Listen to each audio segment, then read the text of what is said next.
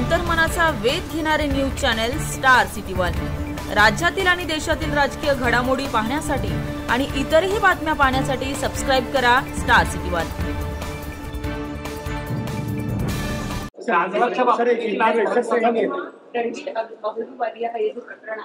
या सगळ्या प्रकरणांमधून असं वाटतंय का की समाज माध्यमांवर जे काही दाखवलं जातं त्याच्या संदर्भात एक नियमावली करणं गरजेचं आहे? हे निश्चितपणे गरजेचं आहेच। मात्र आत्ताची परिस्थिती अशी झाली आहे की समाज माध्यमाचं पूर्वी जॉग्राफिकल ज्युरिस्डिक्शन असायचं, त्यामुळे नियम करणं सोपं होतं। आता जॉग्राफिकल त्याला ज्युरिस्डिक्शन उरलेलं नसल्यामुळे त्याची नियमावली करणं हे कठीण आहे।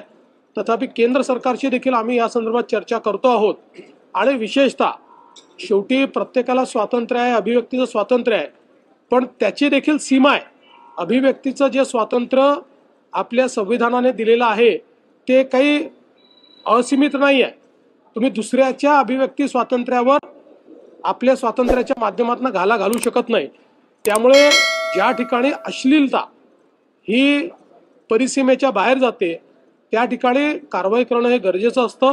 मात्र या संदर्भात काही नियमावली तयार करता येईल का, जरूर केंद्र सरकारची आमची